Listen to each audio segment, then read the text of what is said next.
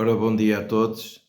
Ahm, Já há algum tempo que não fazia aqui um videozinho e quero deixar aqui algo que veio aqui ao meu coração, que é o seguinte: à medida que nós vamos avançando na idade, eu penso que isto acontece com a maioria de nós. Nós vamos mudando de ideias em relação a determinados assuntos. Ahm, e acho que devemos ser flexíveis em relação a muita coisa na vida. E há coisas que nós temos que nos deparamos com situações em que nós temos a consciência que estávamos errados. E acho que isso é saudável. Eu acho que não é de nada, acho que até é muito doentio quando nós somos teimosos e não permitimos sequer pensar para além da nossa estrutura a qual nós estamos acomodados. O título que eu vou pôr é Pensar Fora da Caixa. Porque todos nós temos uma caixa. Nós temos uma caixa familiar, temos uma caixa com a nossa cultura geográfica, temos toda a sociedade que nos rodeia, inclusive temos caixas religiosas. Tudo tem a ver com o nosso nascimento, com a nossa educação, enfim, tudo aquilo que nos rodeia, que nos cerca, vai formatando também a nossa maneira de ser, a nossa forma de pensar. Aquilo que nós aprendemos no passado não tem que necessariamente ser aplicado agora, no presente, como é óbvio. Há muita coisa que se pode aplicar, mas, como é óbvio, e perdoem a redundância da palavra, mas há coisas que são completamente absurdas, ridículas, nós transportá-las lá de anos e anos atrás para o presente. Temos que usar o bom senso, mas todo este processo chama-se maturidade, chama-se crescimento e nós vamos crescendo como indivíduos. Eu sempre tenho dito aqui nos vídeos que ao trazer alguma coisa para vocês e daquilo que eu acredito na minha convicção, os ensinamentos de Jesus, que é aqui que eu me baseio, tudo tem um aspecto prático nas nossas vidas. E foi sempre isso que Jesus nos ensinou, senão era pura demagogia. Não faz qualquer sentido nós trazermos à luz, a trazer a lume, trazer à presença, seja de um grupo, seja a nível de um amigo, um conjunto de palavras, de acordo com a visão de Jesus, se isso não tiver um aspecto prático na vida, porque foi sempre isso que ele nos ensinou, ouvir e praticar, a procurar ir vivendo no dia a dia das nossas vidas. E tudo, segundo Jesus, tudo começa e termina com o amor, é no amor. Eu ainda disse há pouco tempo, uma pessoa mesmo que não conheça a Bíblia, que tenha uma raiz dentro dela, ela não tem conhecimento bíblico, mas tem uma raiz de amor, e esse amor lhe dá discernimento, esse amor lhe dá a sanidade mental, esse amor faz com que o coração da pessoa perdoe e peça perdão. Enfim, é esse amor que a faz viver para consigo mesmo e para com os outros. A Bíblia diz que quem ama conhece a Deus. Então nós podemos não ter grande conhecimento das Escrituras, mas de facto o amor é que é a própria vida em si. Então, tudo isto que eu próprio vou falando, reconhecendo que nenhum de nós é perfeito, mas procurando-nos ir convertendo, e esta palavra conversão tornou-se uma palavra muito religiosa, mas a conversão é a nossa consciência percebendo que dia a dia, ao abraçarmos estas verdades que Jesus nos ensinou, vamos nos convertendo, porque vamos abraçando, vamos ouvindo, vamos praticando, e isto é uma conversão diária. Então, o assunto hoje em foco, que eu estou focado aqui, é acerca do pensamento fora da caixa. Pensamento de nós arriscarmos a parar-nos para pensar, a afastar-nos um bocadinho e pensarmos acerca de nós próprios nas mais diversas áreas da nossa vida, nos mais diversos sentimentos, emoções, pensamentos, tudo aquilo que existe em nós, não só na nossa parte subjetiva dentro de nós próprios, como na parte objetiva e prática da vida do dia a dia. É importante nós pararmos ao longo da vida, percebermos que precisamos de reconhecer que muitas das vezes nós já estivemos enganados, não poucas, mas muitas vezes já estivemos enganados, e isso é crescimento, isso é bom, como já disse há pouco atrás. Porque muitas das vezes nós estamos diante de determinados factos da vida porque temos uma estrutura de pensamento enraizada dentro de nós e nós não queremos abdicar, isso não permite que nós possamos ver um pouco mais à frente. E por isso às vezes temos uma visão triste, adoecida, acerca de nós próprios, acerca dos nossos filhos, acerca da nossa família, acerca da mulher, marido, seja aquilo que for, nós temos uma visão distorcida e adoecida, só porque nós não queremos mudar. Nós recusamos-nos a que haja uma transformação, e isso começa dentro de nós. E Paulo diz em Romanos 12, 1 e 2, que nós não nos devemos conformar, nós não nos devemos adaptar a uma forma que nos impeça de acontecer uma transformação no nosso entendimento.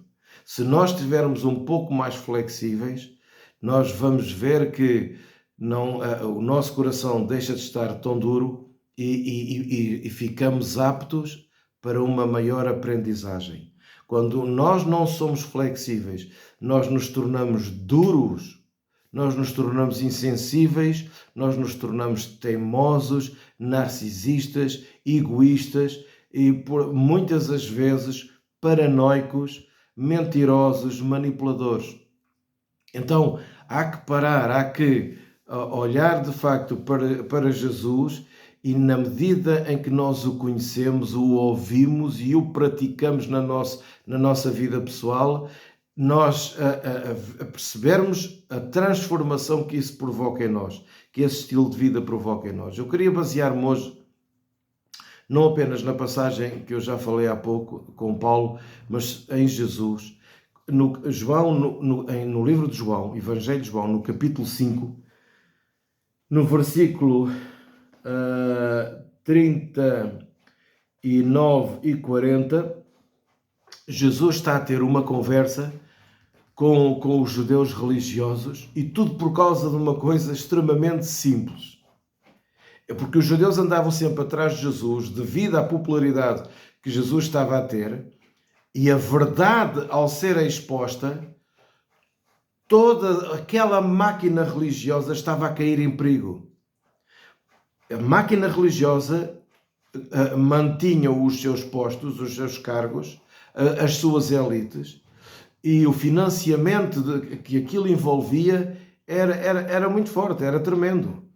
E este sistema religioso estava de mãos dadas com o poder político de Herodes e, ao mesmo tempo, de mãos dadas com o governador romano, o Pilatos. Então, havia aqui uma sociedade que, de todo, ninguém queria que fosse abalada.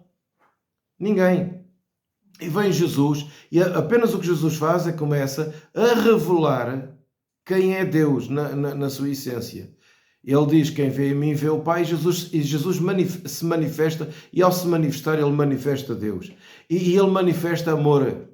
E não é um amor totós, não é um amor de otários, como muita gente pensa. Na verdade, nós vemos discernimento, nós vemos maturidade, nós vemos autoridade na vida de Jesus, nunca vista, e começa-se a perceber que alguma coisa está a acontecer diferente.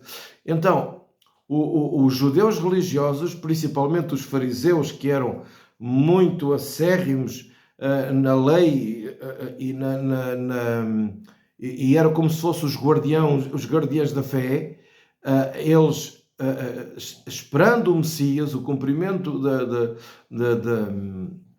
das promessas do Velho Testamento, havia sinais que eles procuravam ver em Jesus e, na verdade, o encontravam, tal qual como determinado tipo de milagres que acontecia, como o expulsar os demónios, o curar cegos de nascença, os paralíticos, etc. Eles encontravam esses sinais, mas a verdade é que a popularidade de Jesus trazia uma ciumeira e uma inveja, e depois não é só a verdade ao ser exposta por Jesus, e isso estava a desnudá-los. Eles ficavam como que fragilizados diante do povo, porque é revelada a sua hipocrisia.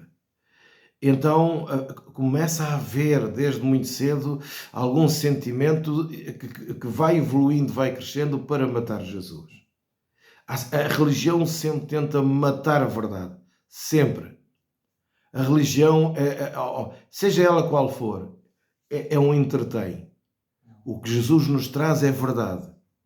É justiça, é caminho, é vida, é amor, é paz, é esperança.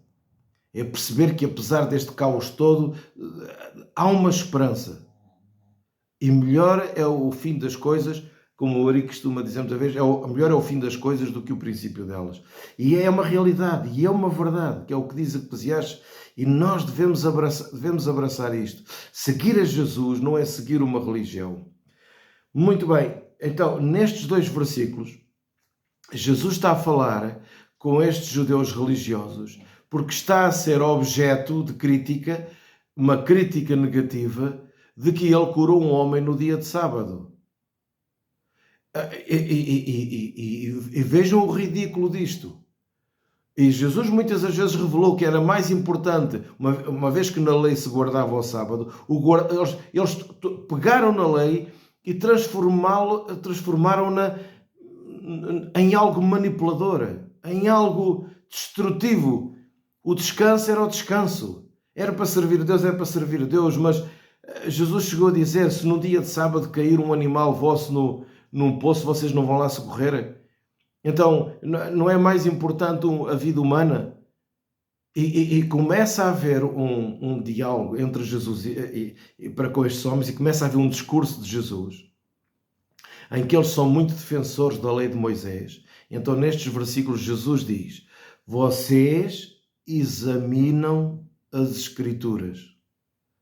Vocês examinam, e o examinar lá é que está escrito, em certas versões está lá, cuidadosamente, criteriosamente. Mas esse é mesmo lá o sentido, este examinar de uma forma minuciosa. Eles eram os doutores da lei. Eles eram os guardiões da fé. Então, Jesus disse: vocês fazem isso.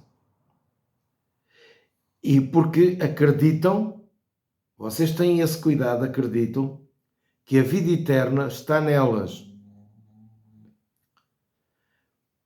Prestem atenção.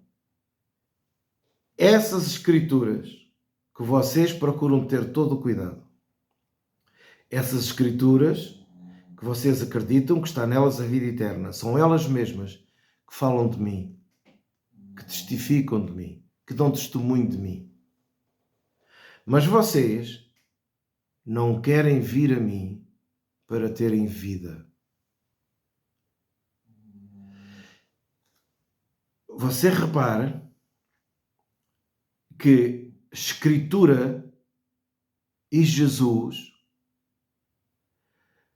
podem, de repente, ser postos, eu não digo em contradição, mas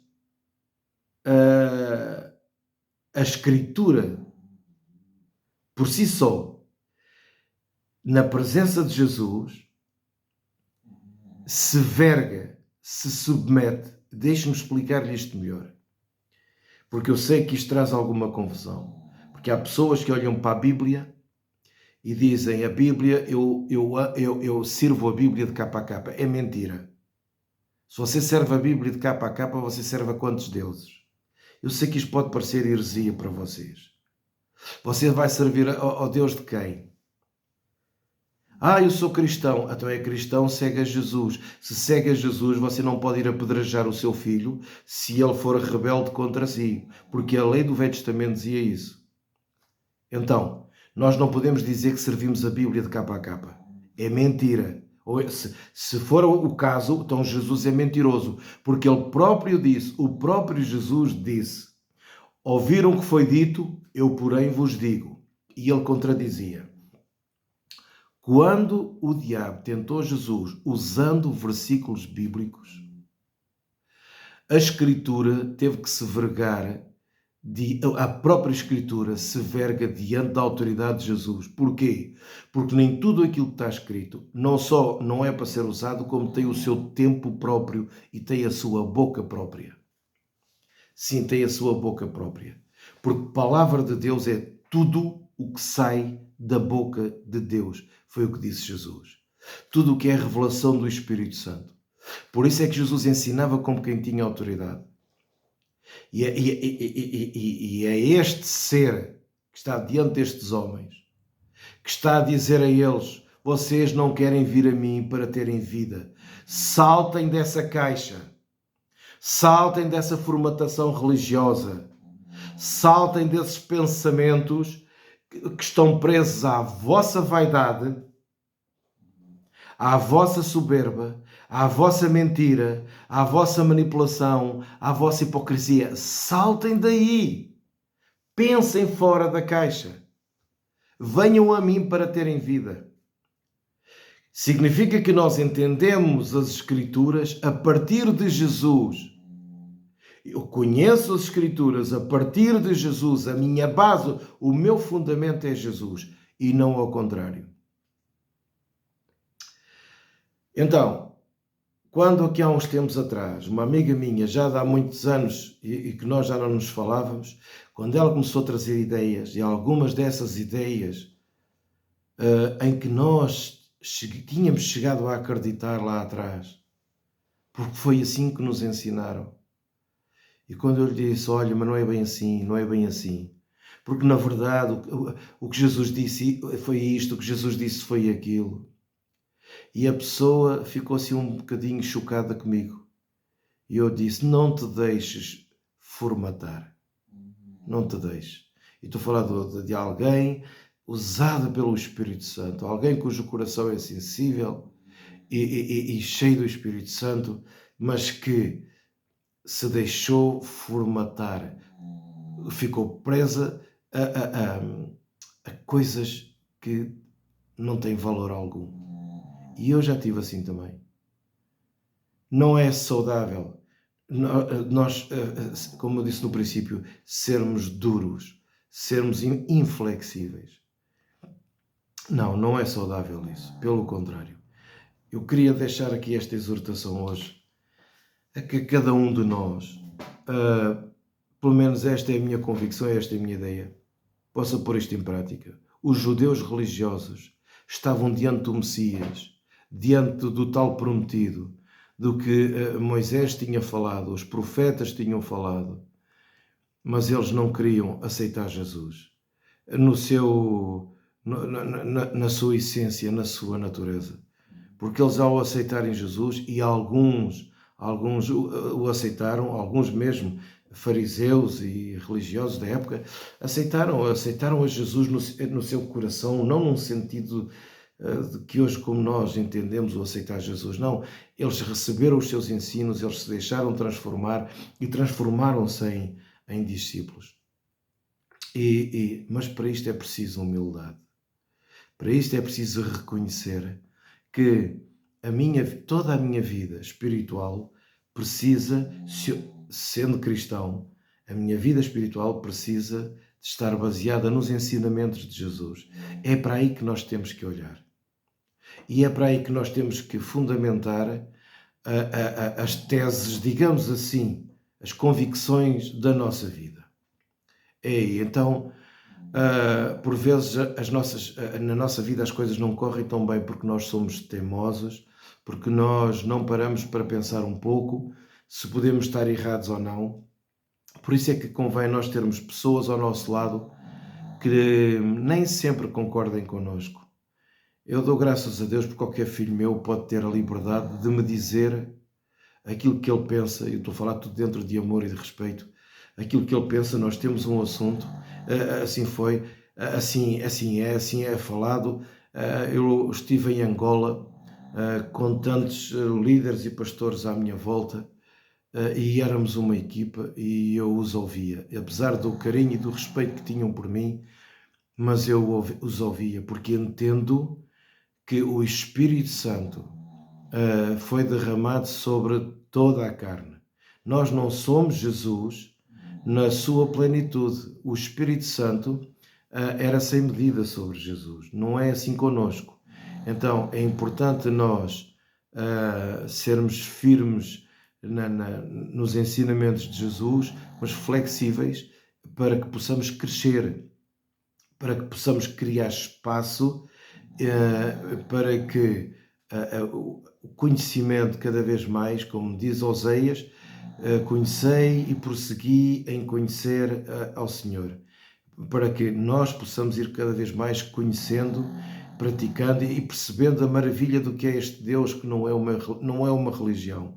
Estamos a falar de alguém que muda o nosso coração, muda a nossa forma de pensar, muda a nossa forma de estar na vida. Jesus é tudo isto e muito mais. Não é nenhum fanfarrão, não é ninguém que apareceu vaidoso, não é nada disso. Cada vez que nós nos tornamos inflexíveis em aprender, estamos muito vaidosos e egoístas e isso não é bom.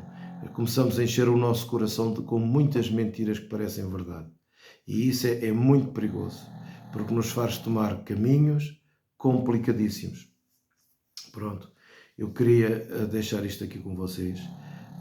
Deixo-vos aqui um abraço e do fundo do meu coração, dado a situação que nós estamos hoje a viver no mundo e dentro da própria Igreja, com teimosias muito grandes.